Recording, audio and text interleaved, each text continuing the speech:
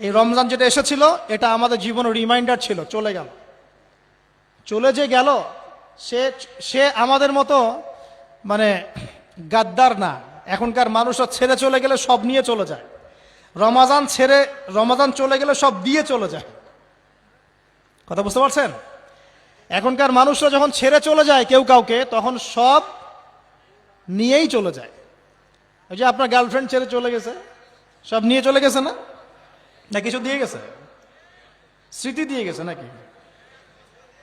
ওই স্মৃতিতে যুবকরা এখন গান বাজনা করে আর গাঁজা খায়, ইয়াবা খায়। তো এখনকার বিচ্ছেদগুলো এমন হয়, বিচ্ছেদের মধ্য দিয়ে সবই নিয়ে চলে যায়। কিন্তু রমাদান এমন নয়, রমাদান চলে গেলে সব দিয়ে চলে যায়।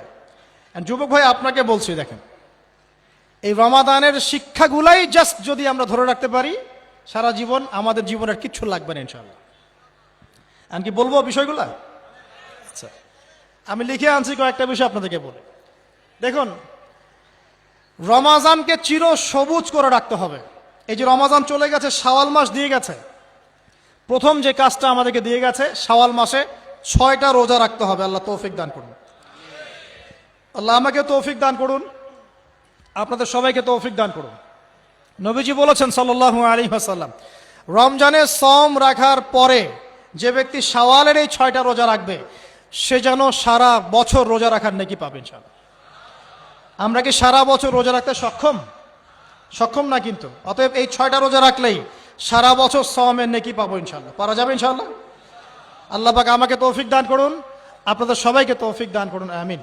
1 নাম্বার। 2, রমাদান যখন এসেছিল আমাদেরকে শিখিয়ে গেছে তাকওয়া। আল্লাহ পাক বলেছিলেন না, কুতিবা আলাইকুমুস সিয়াম কামা কুতিবা আলাল লাযিনা মিন ক্বাবলিকুম লাআল্লাকুম বলেন তাত্তাকুন।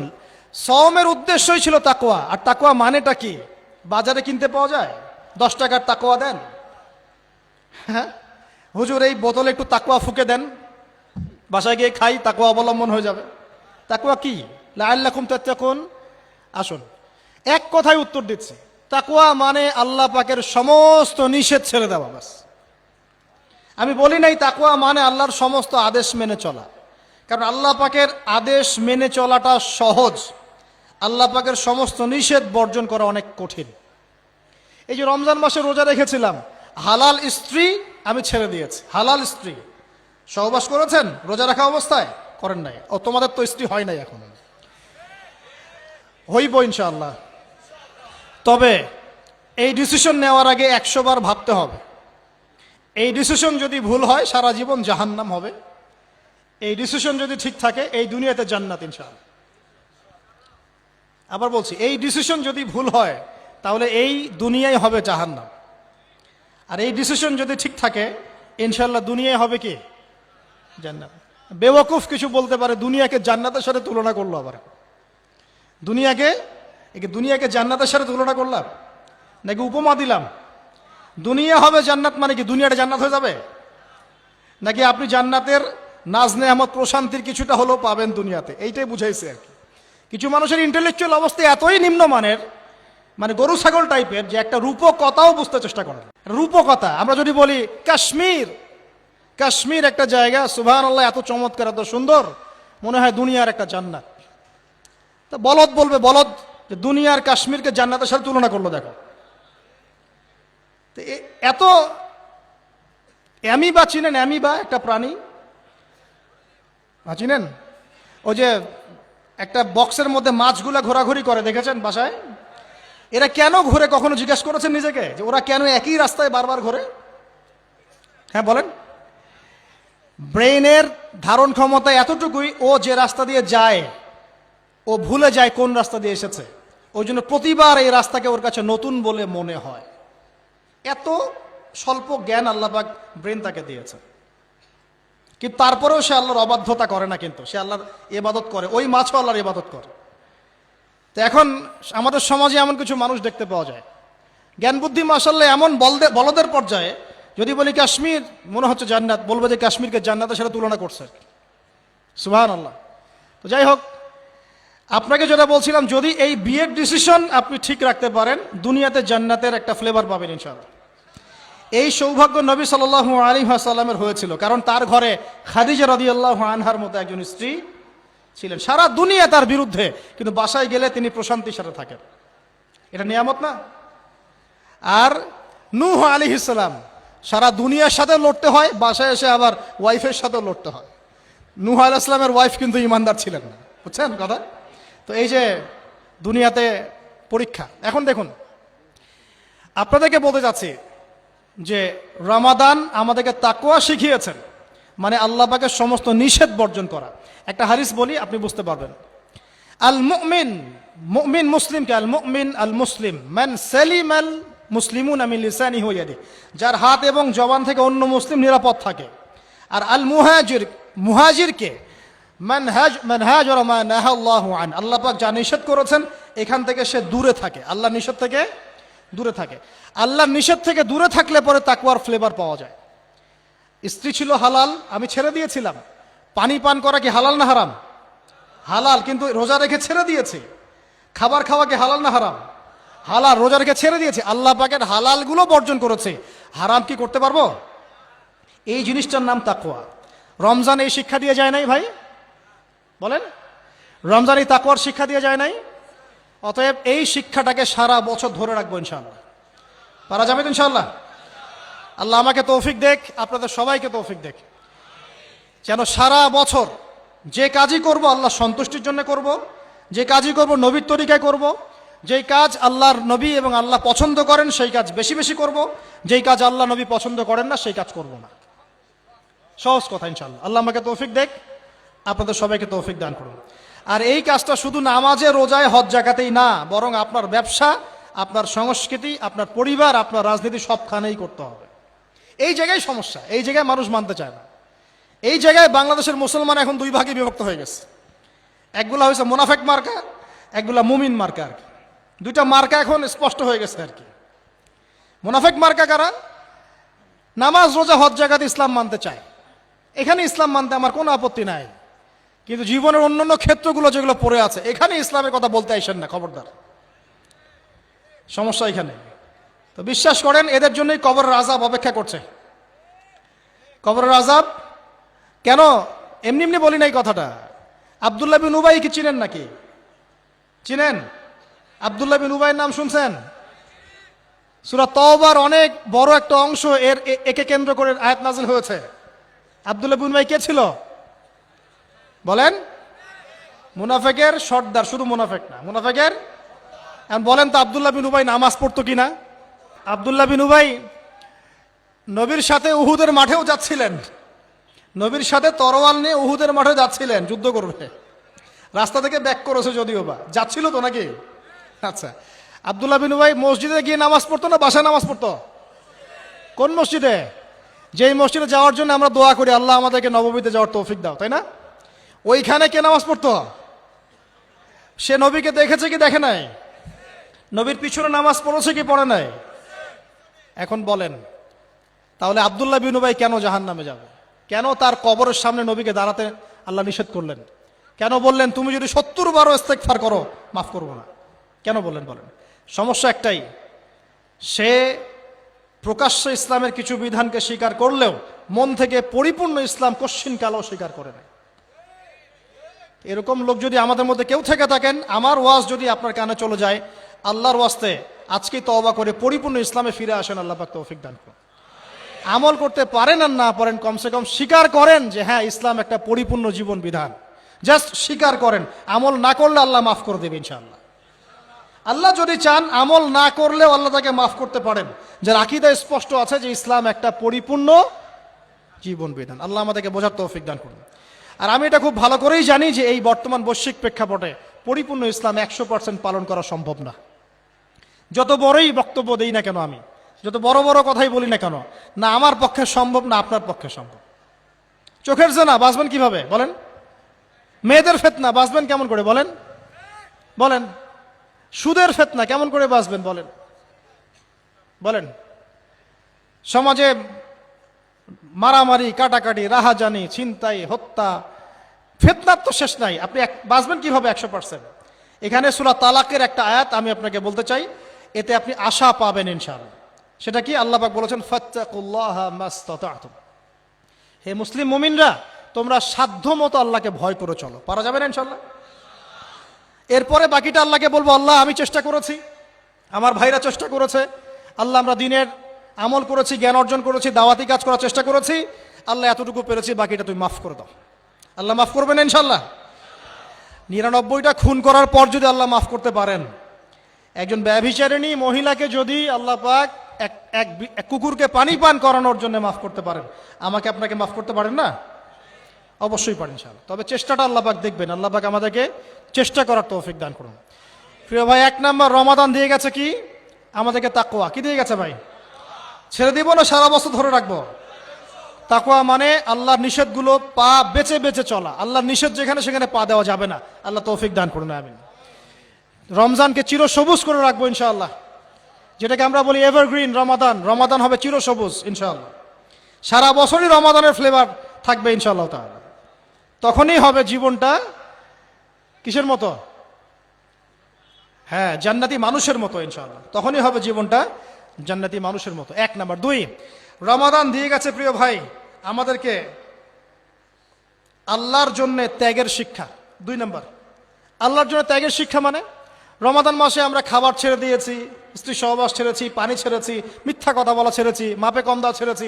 কার জন্য ছাড়ছি ভাই এগুলা? মানুষের জন্যে? স্ত্রী সন্তানের জন্যে? সমাজে মানুষ আমাকে একটা বড় হাজী সাহেব ডাকবে এই জন্যে? কার জন্য ছাড়ছি বলেন তো? এই যে আল্লাহর জন্য ত্যাগের মানসিকতা শিখিয়ে গেছে রমাদান, সারা বছর ধরে রাখবো ইনশাআল্লাহ। রাজি আছি? 1 নাম্বার, শাওয়ালে 6 রোজা রাখবো ইনশাআল্লাহ, সারা বছর রোজা রাখার সওয়াব পাবো। 2 নাম্বার, রমাদানের শিক্ষা ছিল তাকওয়া, সারা বছর তাকওয়া ধরে রাখবো ইনশাআল্লাহ। 3 নাম্বার, রমাদান শিখিয়েছে আল্লাহর জন্য ত্যাগের মহিমা। আল্লাহর জন্য আমরা ত্যাগ করা শিখবো, ছেড়ে দেওয়া শিখবো ইনশাআল্লাহ। আর আমি আমার ক্ষুদ্র জীবনে অভিজ্ঞতা থেকে দেখেছি, ছেড়ে দেওয়ার মধ্যে সুখ আছে আর কি। মনে করেন কেউ আপনি গালি দিয়েছে, তো আপনি অনেস্ট, আপনি সৎ এবং আপনি কোনো অন্যায় করেননি, আপনি মাজলুম, তারপরেও আল্লাহর সন্তুষ্টির জন্য ছেড়ে দিলে, আচ্ছা ছাক, কিছু দিয়েছে বাদ, ওকে কিছু বললাম না, ছেড়ে দেন। এই ছেড়ে দেওয়ার মধ্যে যে এত সুখ, এটা আপনি বুঝতে পারবেন না এখন। এই সুখটা উপলব্ধি করেছেন স্বয়ং রাসূল সাল্লাল্লাহু আলাইহি ওয়াসাল্লাম। মক্কা বিজয়ের দিন ওই যে বহু মানুষ এসে কি বলেছিল? ভয়ে কাঁপছে যে রাসূল সাল্লাল্লাহু আলাইহি ওয়াসাল্লাম তাদেরকে আবার মৃত্যুদণ্ড দেন কিনা, আছে না? আল্লাহ নবী বললেন যে লা তাসরিবা আলাইকুমুল ইয়াউমা, তোমাদের উপর আজকে আমার কোনো অভিযোগ নাই। ওয়া আনতুমুত তুলাকা, তোমরা মুক্ত, যাও, ছেড়ে দিলাম তোমাদেরকে। এটা শান্তি। ইউসুফ আলাইহিস সালামের ভাইরা কুয়াতে ফেলে দিয়েছিল না? সেখান থেকে মিশরের বাজারে, সেখান থেকে রাজপ্রাসাদে, সেখান থেকে জেলখানায়, জেলখানা থেকে রাষ্ট্র ক্ষমতায়। কি লাইফ, ট্র্যাজেডি, লাইফের ট্র্যাজেডি দেখেছেন? এখন ইউসুফ আলাইহিস সালাম যখন শেষে ভাইদেরকে চিনলেন, তিনি কি ভাইদের প্রতি প্রতিশোধ নিয়েছেন? বলেছেন যাও, মাফ করে দিলাম, ছেড়ে। এটাই শান্তি। আল্লাহর জন্য ত্যাগের মহিমার মধ্যে শান্তি আছে। আল্লাহ পাক আমাদেরকে ত্যাগ করার তৌফিক দান করুন। তাই বলে সব জায়গায় আবার ত্যাগ করা যাবে না, এটাও মাথায় রাখতে হবে। বুঝতে পারছেন না কথা? মনে করেন যে আপনার পরিবারে আপনার বোনকে কেউ টিস করেছে, নাউজুবিল্লাহ, ছেড়ে দিব? যা বাবা, তুই টিস করেছিস, যা, দিলাম, ছেড়ে, এরকম? মনে করেন যে কারো সমাজের মধ্যে কাউকে ধর্ষণ করা হচ্ছে, নাউজুবিল্লাহ, আর আমরা বলবো যে যাক, মানবতা দেখালাম, ছেড়ে দিলাম, ইসলাম তো মানবতা ধর্ম, যাও, ছেড়ে দিলাম, বললে হবে? সব জায়গায় ইসলাম মানবতা শেখায় নাই, কারণ কোন কোন জায়গায় মানবতা না শেখানোটাই ফরজ। একজন চোরের উপর আপনি কি মানবতা দেখাবেন? একজন ধর্ষকের উপর আপনি কি মানবতা দেখাবেন যে আরো ধর্ষণ কর বাবা, যা, উৎসাহ দিবেন? একজন খুনি, আপনি কি তাকে মানবতা দেখাবেন না ফাঁসি দিবেন? তো এই যে কিছু মানুষ এখন বলে ইসলাম মানে শান্তি, আর শান্তি মানে শান্তির সুবাতাস, বুঝছেন? ওরা ওই যে ইসলাম থেকে বদর, উহুদ, খন্দক, খায়বার সব কাট করে ফেলছে। এগুলো ইসলামে নাই। ইসলামে শুধু আছে সালাম, সালাম, আফসুস সালাম, খালি সালাম দিবা আর তোমরা কি করবো? খাবার খাওয়াবা, ব্যাস। আর ইসলামের যে আরো বড় বড় বিধানগুলো আছে, এগুলো পাশ কাটিয়ে এড়িয়ে যাবে। ইসলাম তো শান্তির ধর্ম। আরে বাবা, শান্তি মানে কি? শান্তি মানে আল্লাহর বিধানগুলো মেনে নিয়ে আল্লাহর সামনে আত্মসমর্পণের মধ্য দিয়ে শান্তি অর্জন করা। এই হলো ইসলামের ডেফিনেশন। আল্লাহ পাক আমাদেরকে পূর্ণাঙ্গতা বোঝার তৌফিক দান করুন, আমিন। হ্যাঁ, যেটা বলছিলাম প্রিয় ভাইরা, অন্যের কষ্ট উপলব্ধি করে আমরা সারা বছর অন্যের স্বার্থকে অগ্রাধিকার দিব ইনশাআল্লাহ। যদি আমাদেরকে কেউ কষ্টও দেয়, আল্লাহর ওয়াস্তে মাফ করে দিবেন। তবে যেখানে মাফের কোনো সুযোগ নাই সেখানে মাফ করতে যায় না। আল্লাহ পাক বোঝার তৌফিক দান করুন। 4, রমাদান দিয়ে গেছে গরিবের কষ্ট উপলব্ধি করার মানসিকতা। যখন না খেয়েছিলাম তখন গরিবের কষ্ট বুঝি নাই। না খেয়ে থাকলে কেমন লাগে, পানি না পান করতে পারলে কেমন লাগে। হ্যাঁ, এটা আল্লাহ পাক কেন দিয়েছেন? যাতে করে আমরা সমাজের এই দুস্থ মানুষগুলোর কষ্ট বুঝতে পারি। আল্লাহ পাক সারা বছর আমাদেরকে গরিবের সেবা করার তৌফিক দান করুন। আর এখন গরিবের রক্ত খুব চুষে খাওয়া হয়, তাই না ভাই? গরিবের রক্ত চোষা একটা সমাজ চলতেছে, আর রক্ত চোষা একটা অর্থনীতি চলতেছে আর কি। এই অর্থনীতির জনক বাংলার মাটিতে না, এই অর্থনীতির জনক পশ্চিমের। এটা সারা বিশ্বে ফর্ম করা হয়েছে। এর মধ্য দিয়ে গরিবের রক্ত খালি চুষতে থাকবে আর চুষতে থাকবে। কারা চুষবে? পুঁজিবাদীরা। কারা চুষবে? এটা আবার কি? কোনো ওয়াজে তো শুনি নাই পুঁজিবাদ আবার কি জিনিস। এটাকে ক্যাপিটালিজম বলে, পুঁজিবাদ। মানে সমাজের একটা অংশের মানুষের কাছে ধন সম্পদ কক্ষীভূত হবে, বাকিরা আস্তে আস্তে গরিব হতে থাকবে দিন দিন। এটা হচ্ছে কিনা? সমাজে এই স্তরবিন্যাসটা বাড়ছে কিনা? এই তো ঢাকা শহরে গিয়ে দেখেন না, বড় বড় কিছু জায়গা, গুলশান, বনানী, বাড়িধারা, এই বসুন্ধরা, দেখবেন খালি টলেস্ট বিল্ডিং, প্রতিযোগিতা প্রতিযোগিতা। আর একটা বড় অংশ দেখবেন খালি বস্তি আর বস্তি আর বস্তি। এই যে দেখছেন তারতম্য, দেখছেন? এটা সারা বিশ্বে হচ্ছে সুদের কারণে। কিসের কারণে ভাই? 1 নম্বর সুদের কারণে, 2 নম্বর দুর্নীতির কারণে, 3 নম্বর হচ্ছে এই যে বোগাস একটা মনিটরি সিস্টেম চলছে এর কারণে। এটা বোঝেন খুব ভালোই যে কি দিতে হবে? খাদ্যদ্রব্য দিতে হবে, দিরহাম দেওয়া যাবে না, ফেতরা, তাই না ভাই? এটা তো খুব ভালোই বোঝেন। তো নবী সাল্লাল্লাহু আলাইহি ওয়াসাল্লাম যে গোল্ড দিনার আর সিলভার দিরহাম ইউজ করতেন, আপনি এখন কাগজের টাকা ইউজ করেন কেন? বলেন, এখন কথা বলেন। এটা তো খুব ভালোই বুঝলেন যে খাদ্যদ্রব্য দিয়ে ফেতরা দিব আমি। খাদ্য দিয়েছেন নবী, খাদ্যই দিব। চাল দিয়েছেন, চাল। খেজুর, খেজুর। কিসমিস, কিসমিস। তাহলে নবী তো দিনার আর দিরহাম ইউজ করেছেন, তা আপনি এখন কাগজের টাকা ইউজ করেন কেন?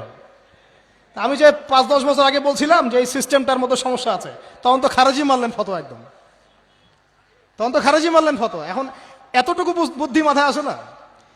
দিনার দিরহাম এটাই ইসলামিক কারেন্সি, এটাই ইসলামিক কারেন্সি। আমরা যেগুলো চালাচ্ছি এগুলো ইসলামিক কারেন্সি নয়, কিন্তু পুরো বৈশ্বিক প্রেক্ষাপটে আমরা মানতে বাধ্য হচ্ছি। ইসলামিক খেলাফতই ইসলামিক পলিটিক্যাল ভিউ, কিন্তু সারা বিশ্বে খেলাফত নাই, আমরা মানতে বাধ্য হচ্ছি। ডেমোক্রেসি, সেকুলারিজম মানতে বাধ্য হচ্ছি। এটা বাধ্য হয়ে আমরা করছি, কিন্তু তাই বলে তো ইসলামিক জিনিস আর অন ইসলামিক জিনিস একাকার হয়ে যায় নাই, হয়ে গেছে। পর্দা, শরিয়া পর্দা পুরো উপর থেকে প্রতিষ্ঠা নাই, অনেকেই বেপর্দায় চলছে। আমরা তো বেপর্দা সমাজে চলতে বাধ্য হচ্ছে, হচ্ছি না? হচ্ছে কি না? এটা বাধ্য হয়ে আমরা করছি, কিন্তু কেউ কি মেনে নিয়েছে এটা? এই ইন্টেলেকচুয়াল ল্যাকিংসের কারণেই তো আজকে এই অবস্থা। প্রিয় ভাইরা, বোঝার চেষ্টা করেন গভীর থেকে। রমাদান মাস গরিবের কষ্ট উপলব্ধির মাস ছিল। আল্লাহ পাক আমাদের সবাইকে গরিবের কষ্ট বোঝার তৌফিক দান করুন। আর আল্লাহর ওয়াস্তে চেষ্টা করবেন গরিব মানুষকে খাওয়ানোর, এতিমের দায়িত্ব নেয়ার। প্রত্যেকটা এলাকায় এলাকায় এতিমখানা গড়ে তোলেন, এতিমদেরকে ফ্রি পড়াশোনার ব্যবস্থা করেন, তাদেরকে কোরআন শেখান, তাদের পিছনে টাকা ইনভেস্ট করেন, তাদের মাথায় হাত বোলান। আল্লাহ রহম করবে ইনশাআল্লাহ। আল্লাহ তৌফিক দান করে দেবেন। এরপরে রমজান শিখিয়ে গেছে আমাদেরকে 5 নাম্বার। বেশি লম্বা করব না, আমি আপনাদেরকে বিরক্ত করতে যাচ্ছি না, আমি 10টা পয়েন্ট বলছি। 5 নাম্বারটা দেখুন, এটা মনোযোগ দেন, এটা খুব ইম্পর্টেন্ট। রমজান দিয়ে গেছে কোরআন। রমজান কি দিয়ে গেছে ভাই? এটাই তো সবচেয়ে বড় কথা নাকি রমজানের? রমজানের সবচেয়ে বড় কথা কি? এই মাসে কি হয়েছে? কোরআন নাজিল হয়েছে। তো রমজান মাস চলে গেছে, আমরা কি কোরআনটাকে এখন বন্ধ করে রেখে দিব ভাই? রমাদান মাসে কারা কারা কোরআন খতম করেছেন হাত তোলেন দেখি। সুবহানাল্লাহ, মাত্রই কয়জন? রমাদান মাসে কোরআন খতম করেছেন কারা কারা? অন্তত একবার। আল্লাহু আকবার। আল্লাহ আমাদেরকে মাফ করুন, আমিন। আল্লাহ আমাদেরকে মাফ করুন, আমিন। আমি খুবই হতাশ হলাম। রমাদান মাসে কোরআন অন্তত একটা বার তো খতম করা উচিত ছিল নাকি ভাই? আচ্ছা, রমজানের সম রাখেন কেন জানেন? রমজান মাসে কোরআন নাজিল হয়েছে, এটা রমজানের সম্মান। আল্লাহ পাক বলেন নাই শাহরু রমাদান আল্লাযী উনজিলা ফীহিল কোরআন? আল্লাহ পাক বলেন নাই রমজান সেই মাস যেই মাসে কোরআন নাজিল হয়েছে? ইন্না আনজালনাহু ফী লাইলাতিল কদর, কদরের রাতে আমি কোরআন নাজিল করেছি। তাহলে রমাদান মাসে কোরআন পেয়েও যারা কোরআন পড়লো না, বুঝলো না, খতম করলো না, আমি তাদের জন্য আফসোস ছাড়া কিচ্ছু করতে পারছি না। আচ্ছা যাই হোক, যা করেছেন করেছেন, তওবা করা যাবে তো ইনশাআল্লাহ? আমার সাথে বলেন আস্তাগফিরুল্লাহ। আল্লাযী লা ইলাহা ইল্লা হুয়াল হাইয়ুল কাইয়্যুম ওয়া আতুবু ইলাইহি। আল্লাহ আমাদের সবাইকে কোরআন তেলাওয়াত করার তৌফিক দান করুন, সবাইকে কোরআন তেলাওয়াত শেখার তৌফিক দান করুন। আর ভাই, যোগ্যতা অর্জন করে তো দিনের কাজ করতে হবে, আগে তো কোরআন তেলাওয়াত করা শিখতে হবে নাকি? আল্লাহ পাক সবাইকে কোরআন তেলাওয়াত শেখার তৌফিক দান করুন, কোরআনের তাফসীরগুলো পড়ার তৌফিক দান করুন। আল্লাহ পাক প্রতি মাসে কমপক্ষে একবার করে কোরআন খতম করার তৌফিক দান করুন। আল্লাহর রসুল রমজান মাসে কোরআন এক খতম করতেন। জিবরাইল আলাইহিস সালাম আসতেন, তিনি পড়তেন, তিনি শুনতেন, তিনি পড়তেন, তিনি শুনতেন। এভাবে তারা প্রতি রমাদানে কোরআন খতম করতেন, করতেন কি না? তার মানে মাসে কোরআন খতম করা রাসূলের সুন্নাত না? তা আমরা কি এই সুন্নাতটা জীবিত করতে পারবো না ইনশাআল্লাহ? প্রত্যেক দিনে এক পারা করে পড়লেই হয়ে যায়। এক পারা মানে 20 পৃষ্ঠা। এই হাফেজি কোরআনের 20 পৃষ্ঠা, সময় লাগবে সর্বোচ্চ 1 ঘন্টা থেকে 1.5 ঘন্টা, সর্বোচ্চ 1 ঘন্টা থেকে 1.5 ঘন্টা। যারা হাফেজ তাদের সময় লাগে আধা ঘন্টাও না, আধা ঘন্টা। পারবো না ভাই ইনশাআল্লাহ? আল্লাহ পাক এই রমজান মাসের এই কোরআনকে সারা বছর আঁকড়ে ধরার তৌফিক দান করুন। এই কোরআন নাজিল হওয়ার পরেই আইয়ামে জাহিলিয়াত পরিবর্তন হয়েছিল, আবু জেহেলের শাসন পরিবর্তিত হয়ে মুহাম্মাদের শাসন হয়েছে। অতএব কোরআন থেকে বিমুখ জাতি কখনো দিন কায়েম করতে পারবে না। আল্লাহ পাক বোঝার তৌফিক দান করুন, আমিন। আমাদের যুবক ভাইরা একটু ওয়াদা করতে পারি তো ইনশাআল্লাহ সবাই কোরআন তেলাওয়াত করা শিখবো, প্রত্যেক মাসে এক খতম দেবো ইনশাআল্লাহ, কোরআনের অর্থ পড়বো ইনশাআল্লাহ। না অর্থ পড়ার দরকার নাই, খালি প্রত্যেক হরফে 10 নাকি কামাই করব, অর্থ পড়ার কোনো দরকার নাই ভাই? আচ্ছা যাক, কিছু মানুষ আবার রাগ করে অর্থ পড়তে বললে, কারণ স্বার্থ আছে। যদি আপনারা কোরআনের অর্থ পড়া শুরু করেন এবং হাদিস কিছু চর্চা করা শুরু করেন, দিনই পড়াশোনা করা শুরু করেন, তখন তো অনেক ধর্ম ব্যবসা বন্ধ হয়ে যাবে আর কি। কথা বুঝতে পারছেন না মনে হয়? আপনারা যদি শিক্ষিত হওয়া শুরু করেন, কোরআনের A to Z অর্থ পড়া শেষ করেন, হাদিসগুলো পড়া শুরু করেন, ওলামায়ে কেরামের সাথে পরামর্শ করে বইপত্র পড়া শুরু করেন, হ্যাঁ, বিভিন্ন ইসলামিক কোর্সগুলো করতে থাকেন, আস্তে আস্তে আপনার যোগ্যতা বাড়বে। তখন তো আপনি কি করবেন না, ধর্মের নামে বিভ্রান্ত হতে চাইবেন না। অনেকের তখন ধর্ম ব্যবসাটা কি হবে, বন্ধ হয়ে যাবে। অতএব এই কারণে অনেকে চায় না যে মানুষ কোরআনের অর্থ বুঝুক। আমি আমার মন থেকে আপনাদেরকে রিকোয়েস্ট করছি, সবাই কোরআনের অর্থটা পড়ার চেষ্টা করেন। পারা যাবেন ইনশাআল্লাহ ভাই? আল্লাহ আমাকে তৌফিক দেখ, আপনাদের সবাইকে তৌফিক দান করুন। আর কমপক্ষে দিনে এক পারা করে কোরআন তেলাওয়াত করবেন। আল্লাহ মা বোনদেরকে তৌফিক দেখ, আপনাদের সবাইকে তৌফিক দান করুন। এটা হলো 5 নাম্বার। 6,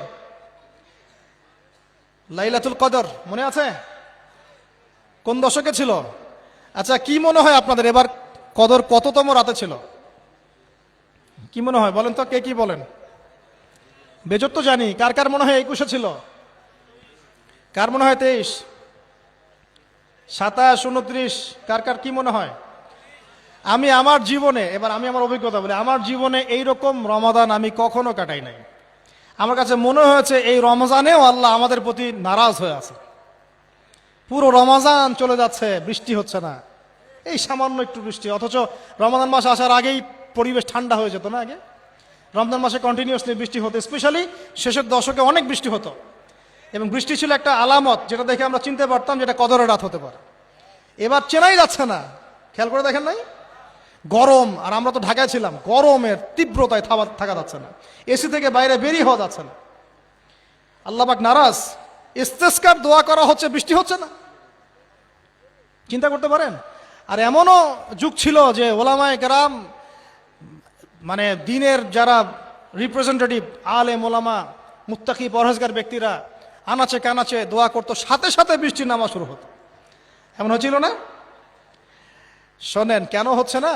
কারণ আমরা হয়তোবা এখনো সেই পর্যায়ের তাকওয়া, সেই পর্যায়ের আল্লাহ ভীতি এখনো অর্জন করতে পারি নাই, যে আমরা দোয়া করলেই সাথে সাথে কবুল হয়ে যাবে। হয়তোবা আমাদের ভিতরে অনেক ত্রুটি আছে, এই ত্রুটিগুলো আগে দূর করতে হবে। আল্লাহ পাক তৌফিক দান করুন। আর আমার মনে হয় এমন অনেক মানুষ এই বাংলার জমিনে আছেন যারা যদি এই নামাজের সুযোগ পেতেন তাহলে তারা দোয়া করার সাথে সাথেই বৃষ্টি বর্ষণ হতো, কিন্তু তারা সুযোগ পাচ্ছেন না। এই একজন ছেলে বুঝতে পারছে কথার অর্থটা কি। এমন বহু মানুষ বাংলার মাটিতে আছে, হয় তারা যদি সুযোগ পেত নামাজটা পড়ার, হয়তো বা বৃষ্টি হতো। নাই বুঝলেন, একটু লেটে বোঝেন। আচ্ছা, বাংলাতে এমন অনেক মানুষ আছে যারা নীরবে নিভৃতে তাহাজ্জুদে আল্লাহর কাছে এত কান্নাকাটি করে, এত আমল করে, এত পরহেজগার মানুষ, তাদের দোয়ার বদৌলতে অনেক কিছু হয়, এটা আপনারা বিশ্বাস করেন? বিশ্বাস করতে হয়। আল্লাহ পাকের এই বান্দারা দুনিয়াতে আছে বলেই বহু কিছু হয়, আর আল্লাহর অনেক আযাব গজব আল্লাহ পাক উঠিয়ে নেন। আর এখন যে অবস্থা হয়েছে, আমরা সবাই বেশিরভাগই, আমরা সবাই বলবো না, বেশিরভাগই আমরা সুবিধাবাদী মুসলিম হওয়ার চেষ্টা করছি আর কি। ইসলামের যে অংশগুলো পালন করলে খুব মজা লাগে এগুলো আমরা পালন করতে চাই, যেগুলো পালন করলে সমস্যা হতে পারে আমরা গায়ে দাগ লাগতে দিতে চাই না আর কি। মানে আমি চলবো ঠিক, গায়ে যেন একটা আচরণ না লাগে, কেউ ভালো মন্দ না বলে, গালিগালাজ না করে, সুন্দর মতো চলবো আর কি। অথচ এই সুন্নত নবী সাল্লাল্লাহু আলাইহি ওয়াসাল্লামের তাকদিরেও জোটে নাই। জুটেছে? বুঝতে হবে। আল্লাহ পাক আমাদের সবাইকে পরিপূর্ণ কোরআন সুন্নাহ ফলো করার তৌফিক দান করেন, আমিন। এই লাইলাতুল কদর নিয়ে কথা বলছিলাম, এটা পাওয়ার জন্য ইতিকাফ করেছিলাম কিনা? অনেকে করেছেন। রাত জেগেছেন কিনা? এই যে রাত্রি জাগরণ করার যে ব্যাপারটা, এটা কি রমজানের শিক্ষা? রমজানের ছেড়ে যাওয়া একটা চেতনা কেমন? রাত জাগরণের মধ্য দিয়ে আল্লাহকে পাওয়া যায়। তারাবি পড়েছেন, তাহাজ্জুদ পড়েছেন না? এই তাহাজ্জুদে আপনি আল্লাহর কাছে চেয়েছেন, দোয়া করেছেন, আল্লাহকে ডেকেছেন, জিকির করেছেন, তখন আল্লাহর সাথে আপনার একটা গভীর সম্পর্ক ছিল না? এই সম্পর্ক রমজান যাওয়ার সাথে সাথে কি বন্ধ করে দিব, না সারা বছর ধরে রাখবো ইনশাআল্লাহ? আচ্ছা, 7 নম্বর ভাই, রমাদানে আল্লাহ রাব্বুল আলামিন আমাদের অনেককেই কিন্তু তারাবি পড়ার তৌফিক দিয়েছেন, দেন নাই? এখন তারাবি এবং নামাজের বিষয়টা কেমন ছিল? আমরা একটা ঐক্যবদ্ধভাবে কাজ করেছি না? একসাথে সবাই মিলে তারাবি পড়েছি, একসাথে আমরা সালাত পড়েছি। এই রমজানের এই যে ঐক্যের শিক্ষাটা, এই শিক্ষাটা কিন্তু রমজান চলে যাওয়ার সাথে সাথেই আমরা আবার বিভক্ত হওয়া শুরু করি। আমরা এই তারাবি, সালাত, জামাতে সালাত, সাদাকাতুল ফিতর, ঈদের জামাত, এগুলোর মধ্যে দিয়ে একটা শিক্ষা নিব, সেটা হলো ঐক্যের চেতনা। কিসের চেতনা ভাই? আমরা সমাজের মধ্যে একটা ঐক্য নিয়ে আসার চেষ্টা করবো। আল্লাহ পাক তৌফিক এনায়েত করুন, বলি আমিন। 8 নম্বর, রমজান মাসে আমরা জাকাত দিয়েছি অনেকে, সদাকাও করেছেন অনেকে। দান সদাকা বেশি বেশি করেছেন, জাকাত দিয়েছেন, সাদাকাতুল ফিতর দিয়েছেন, মাশাআল্লাহ। এই কাজগুলো কেন করেছেন? যাতে সদাকার মধ্য দিয়ে আমাদের গুনাহগুলো মাফ হয়ে যায়। আল্লাহ পাক আমাদেরকে এই সদাকার ওসিলায় কাল কিয়ামতে মাফ করেন, আরশের ছায়া দেন এবং জান্নাত দান করেন। এই দান সদাকার সিলসিলাটা, বেশি বেশি দান সদাকার সিলসিলাটা সারা বছর চালু রাখতে হবে। আল্লাহ পাক তৌফিক এনায়েত করুন। আর এই দান করার সময় খেয়াল রাখবেন দানের টাকা কোথায় যাচ্ছে, খেয়াল রাখবেন আপনার দানের টাকা যাচ্ছে কোথায়, খেয়াল রাখতে হবে। এগুলো সমস্যা চলছে না সমাজে? দান কোথায় করবেন খেয়াল রাখবেন, কোন জায়গায় দান করলে আপনার দানটা সঠিকভাবে ইউটিলাইজ করা হবে এবং ইসলামের পথে এটা কাজে লাগানো হবে, এটা খেয়াল রাখবেন। আপনার দানটা সঠিকভাবে ব্যয় হচ্ছে কিনা। এই জন্য আমি পরামর্শ দিই, আগে আপনি আপনার আত্মীয়দের হক আদায় করেন, গরিব আত্মীয় স্বজনকে বেশি বেশি দান করার চেষ্টা করেন, তাদেরকে যাকাত দেওয়ার চেষ্টা করেন। এরপর ফি সাবিলিল্লাহ, দিনের কাজগুলো যেগুলো হয়, দিনের মসজিদ, দিনের মাদ্রাসা, দিনী মেহনত, দিনী অ্যাসোসিয়েশন, দিনী কোনো প্রজেক্ট, এগুলোতে আপনি বেশি বেশি দান খয়রাত করার চেষ্টা করেন। আল্লাহ পাক তৌফিক দান করুন, আমিন। 8 নম্বর, 9, তারাবি, তাহাজ্জুদ নামাজ, এগুলো আমাদেরকে ঐক্যের চেতনা শিখিয়েছে। আমরা শাওয়াল মাস আসার সাথে সাথে যেন এগুলো ভুলে না যাই। এবং ওই যে প্রথমে বলেছিলাম যে রমাদান মাসে কেবলা পরিবর্তন হয়েছে, একটা নতুন জাতির উত্থান ঘটেছে, মানে ইহুদি খ্রিস্টান জাতির সাথে আমরা বিচ্ছেদ ঘোষণা করেছি। এখন সারা বছর আমরা যেন তাদের কৃষ্টি কালচার এগুলো ফলো করা শুরু না করি। কেবলা পরিবর্তনটা মানে কি? মানে ওদের সাথে আমরা চলবো না, আমরা নতুন কেবলা নিয়ে এসেছি, নতুন জাতি আমাদের। এখন আমরা কি আমাদের জীবনের বিভিন্ন ক্ষেত্রে আমরা কি ওদের আদর্শ, ওদের নীতি, ওদের রীতি এগুলো ফলো করতে পারি? পারি না। যদি কেউ করি তাহলে কেবলা পরিবর্তন অর্থ আমরা বুঝতে পারি নাই। এটা আমাদের খুব ভালো করে আয়ত্ত করতে হবে। আর সর্বশেষ যে কথাটা বলতে চাই সেটা হলো, রমাদান মাসে ওই যে বদরের যুদ্ধ হয়েছিল, মনে আছে? ওই যে প্রথমে বলেছিলাম, তো বদরের যুদ্ধটা ছিল জালেমের বিরুদ্ধে মাজলুমের অবস্থান। আবু জেহেল্লা জালেম ছিল না? নবী সাল্লাল্লাহু আলাইহি ওয়াসাল্লাম তারা মাজলুম ছিলেন না? এই যে মাজলুমের লড়াই জালেমের বিরুদ্ধে, এটা সারা বছর কন্টিনিউ থাকতে হবে। এটা কেমন? আমাদের সবার নফসই এখন জালেম, জালেম কি না? নফস তো চায় উড়ে বেড়াতে, আল্লাহর বিধান মানতে চায় না, নামাজ পড়তে চায় না, দান সৎকা করতে চায় না, জাকাত দিতে চায় না, সব দুনিয়াবি বিষয়ে ব্যস্ত থাকতে চায়। নফসকে আগে কন্ট্রোল করেন, নফসের জুলুমগুলো আগে দমন করেন। পরিবারে বহু জালেম আছে না? পরিবারের মধ্যে জুলুম বন্ধ করেন। তারপরে আস্তে আস্তে অর্থনীতি ব্যবসায় আসেন, এখানে জুলুম আছে না? এই জুলুম বন্ধ করার চেষ্টা করেন। তারপরে সমাজের মধ্যে অনেক জুলুম হয় না, এই জুলুমগুলো বন্ধ করার চেষ্টা করেন। বদরের চেতনা মানে হচ্ছে সর্বস্তরের জুলুমের বিরুদ্ধে মাজলুমের একটা অবস্থান। এই চেতনা রমজান শিখিয়েছে। তো প্রিয় ভাইরা, এই রমাদান চলে গেছে ঠিকই, আমাদের কাছে দিয়ে গেছে প্রথমত শাওয়ালের 6 রোজা, রাখবো তো ইনশাআল্লাহ। দিয়ে গেছে আমাদেরকে তাকওয়া অবলম্বনের মাধ্যম, আল্লাহ ভীতি অর্জন করব তো ইনশাআল্লাহ। রমাদান দিয়ে গেছে আমাদের সবাইকে যে আমরা গরিবের কষ্ট উপলব্ধি করার চেষ্টা করব, আল্লাহ পাক তৌফিক এনায়েত করুন, আমিন। 4 নম্বর রমজান দিয়ে গেছে আল্লাহর জন্য ত্যাগের একটা মহিমা। আমরা আল্লাহ পাকের জন্য জীবনের সর্বস্তরে ত্যাগ স্বীকার করার মানসিকতা লালন করব ইনশাআল্লাহ তাআলা। আল্লাহ পাক রমজানের মধ্য দিয়ে আমাদেরকে দিয়েছেন 5 নম্বর কোরআন। এই কোরআন সারা বছর শক্ত করে আঁকড়ে ধরে থাকবেন, সাথে অবশ্যই সুন্নত থাকবে। এগুলো আল্লাহ পাক আমাদেরকে আঁকড়ে ধরার তৌফিক দান করুন, আমিন। রমাদান মাসে জাহান্নামের দরজা বন্ধ ছিল, সারা বছর এখন জাহান্নামের দরজা খুলে দিয়েন না, জাহান্নামে আমল করে সেই দরজা খুলে দিয়েন না। রমাদান মাসে জান্নাতের দরজা খোলা ছিল, এখন সারা বছর আল্লাহর অবাধ্যতা করে জান্নাতের দরজা বন্ধ করে দিয়েন না। রমাদান মাসে শয়তান শৃঙ্খলে আবদ্ধ ছিল না, এখন সারা বছর শয়তানের শৃঙ্খল খুলে দিয়েন না, আপনারা ওকে বন্ধ করে রাখেন, তৌফিক দান করুন আল্লাহ পাক। রমাদান মাসে কবরের আযাব পর্যন্ত বন্ধ ছিল, এখন আবার সারা বছর এমন কাজ করেন না যে কাজ করলে কবরে আযাব পেতে হবে, আল্লাহ তৌফিক দান করুন। রমাদান মাসে আল্লাহ পাক সংযমী জীবন যাপনের শিক্ষা দিয়েছেন, সারা বছর করার তৌফিক আল্লাহ দান করুন। রমাদান মাসে আল্লাহ আমাদেরকে তাহাজ্জুদ, তারাবি, সালাত, ঈদের নামাজ এগুলোর মধ্য দিয়ে ঐক্যের চেতনা শিখিয়েছেন, সারা বছর যেন এগুলো আমরা বাস্তবায়ন করতে পারি, আল্লাহ সেই তৌফিক দান করুন। আর শেষের 3টা হচ্ছে কেবলার পরিবর্তনের মধ্য দিয়ে ইহুদি খ্রিস্টান সম্প্রদায়ের সাথে আমাদের সম্পূর্ণ বিচ্ছেদ ঘোষণা করা হয়েছে।